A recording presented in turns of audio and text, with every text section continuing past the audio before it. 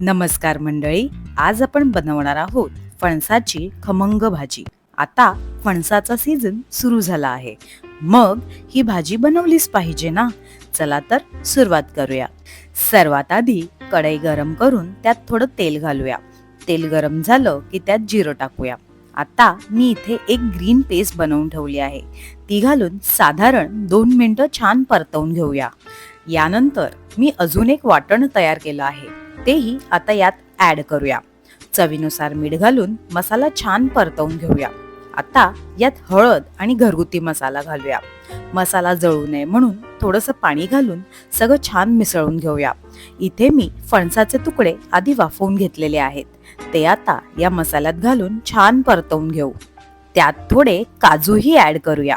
काजू मसाल्यात छान मुरले की भाजीची टेस्ट अजूनच छान लागते.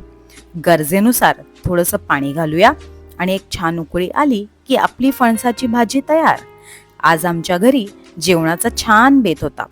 फणसाची भाजी, कारल्याच्या काचऱ्या, कढी गोळे, पावटा भात आणि गरम भाकरी. खूपच मस्त जेवण झालं होतं.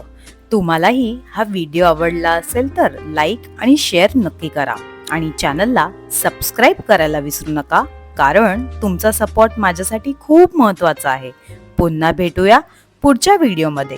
तोपर्यंत खा, प्या आणि मजा करा आणि स्वतःची काळजी घ्या.